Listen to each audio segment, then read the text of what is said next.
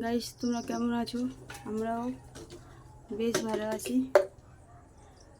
আজকে আমি আপনাদের সাথে নতুন একটা রেসিপি শেয়ার করছি।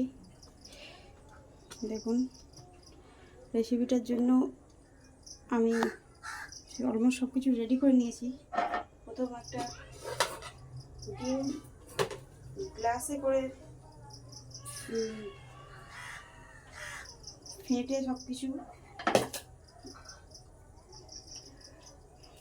নুন, জিরে আর ধনে গুঁড়ো দিয়ে একটু লঙ্কা দিয়ে আমি ওটাকে ভাপিয়ে নিয়েছি। দেখুন কি সুন্দর বরফির মতন পিস হয়ে গেছে। এবারে এগুলোকে একটু ভেজে নেব গরম তেলে।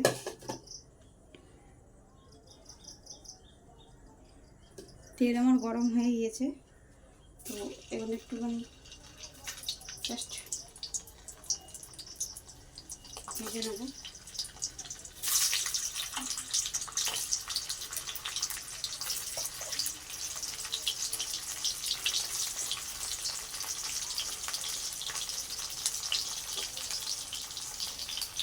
বন্ধুরা, যতক্ষণ এটা ভাজা হচ্ছে ততক্ষণ দেখে নিই। এটার জন্য আমি 1.5 খানা মতন পেঁয়াজ কেটে টুকরো টুকরো করে নিয়েছি, 1.5 পিস টমেটো, আর 1 চামচ হলুদ, 1 চামচ জিরে, 1 চামচ ধনে, আর লঙ্কা 1/2 চামচ নিয়েছি। এটা একটু গুলে নিয়েছি। আর এখানে আছে আদা রসুন বাটা। তো এই হচ্ছে মশলার উপকরণ। এটা ভাজা হচ্ছে। চলো,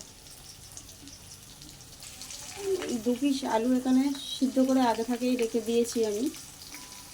দেখুন গাইস, বেশ লাল লাল করে ভাজা হয়ে গেছে। এবার আমি এগুলোকে তুলে নেবো। আলুটা সিদ্ধ করা আলুটা একটুখানি হালকা হাতে একটু ভেজে লাল লাল করে দেবো, নিয়ে তুলে নেবো।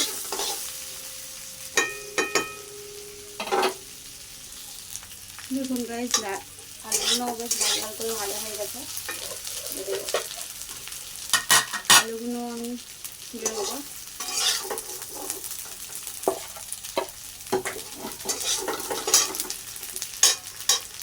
তুলে নিচ্ছি আলুটা তুলে এবারে তেল দিয়ে দিয়েছি।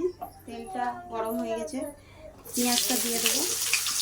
পেঁয়াজটা একটু লাল লাল করে ভেজে নেবো আমি।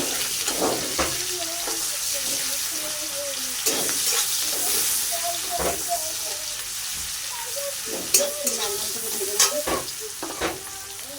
দেখুন গাইস, আমার পেঁয়াজটা প্রায় লাল লাল করে ভাজা হয়ে গেছে।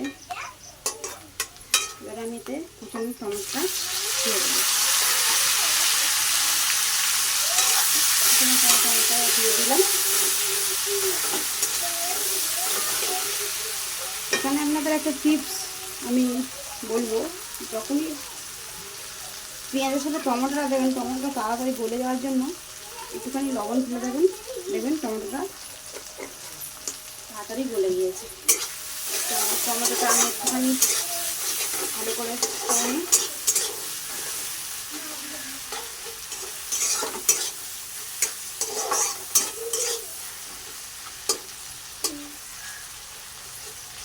দেখুন টমেটোটা গলে যাচ্ছে আস্তে আস্তে।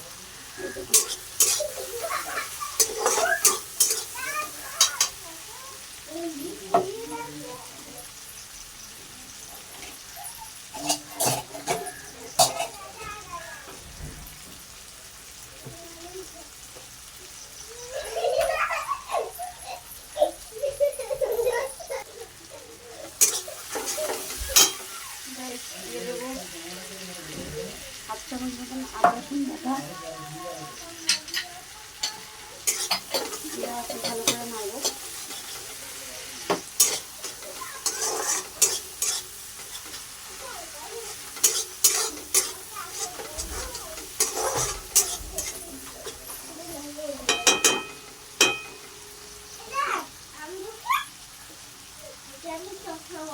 দেখুন আদা রসুনটা একটু ভাজা ভাজা মতন হয়ে গেলে এবার আমি যে মশলাটা আগে থাকতে পেস্ট করে রেখে দিয়েছিলাম সেটাকে দিয়ে দেবো।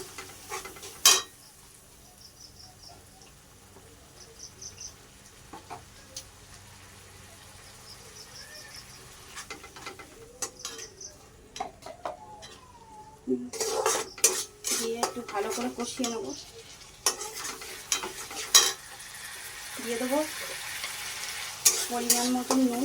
যেহেতু আমার ডিমের কিউবটাতে নুন দেওয়া আছে, আলুতেও নুন আছে, সেজন্য এই 1 চামচ দেবেন। আপনারা আপনাদের স্বাদ অনুযায়ী নুন দেবেন। আমি একটু তরকারিতে নুন কম খাই, তো একটু ভালো করে রেখে দেবো।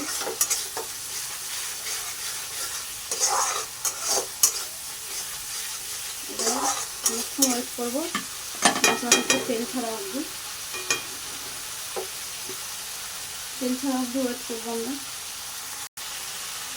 তাই দেখুন থেকে তেল ছেড়ে দিয়েছে। এটা একটু ভালো করে আরেকবার ছাড়িয়ে নেবো। তার কারণ হচ্ছে যে পেঁয়াজ আর টমেটোটা আছে যাতে একদম পেস্ট হয়ে যায়, গোটাটা না লাগে। একটু ভালো করে কিছুক্ষণ অপেক্ষা করবো।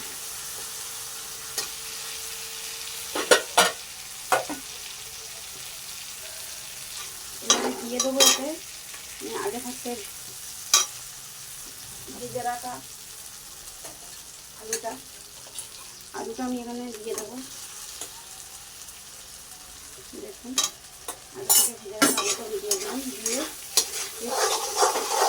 কিছুক্ষণ ধরে একটু সাথে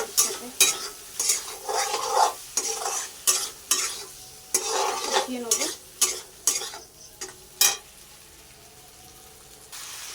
কষিয়ে নিয়েছি বেশ আলুর সাথে। এবার আমি দিয়ে দেবো সেই কিউব করে কেটে রাখা ডিমগুলো।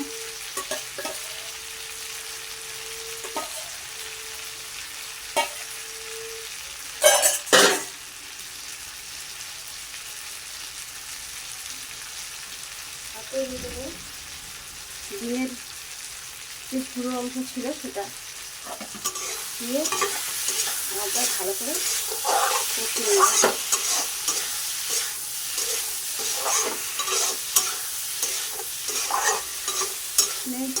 মিনিট 2 পেছনে এটাকে কষাতে হবে একটু ভালো করে। বেশ কয়েকদিন ধরে কষিয়ে নিয়েছি। এবার একটু জল দিয়ে দেবো। খুব একটা পরিমাণে জল দেবো না, যেহেতু সবই প্রায় সিদ্ধ। তাও জল দেবো, কারণ যেহেতু আমার বাড়ি ঝোল খেতে ভালোবাসে, আমি দেবো একটুখানি। এবারে এটা খাওয়া পর্যন্ত ওয়েট করবো। একটু ওয়েট করি,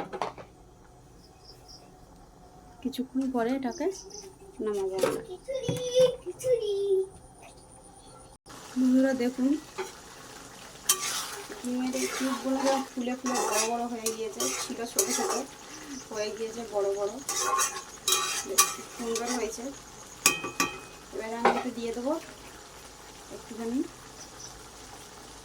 গরম মশলা গুঁড়ো।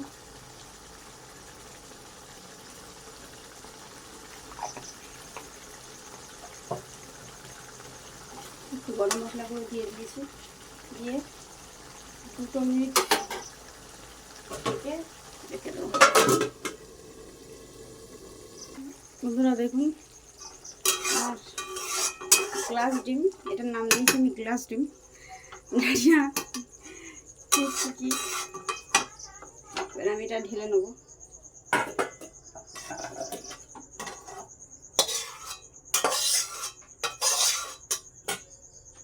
দেখুন গাইস আমার গ্লাস ডিম কত সুন্দর কালারফুল হয়েছে। আর আমার এটা ঠিক মতো বসছে না।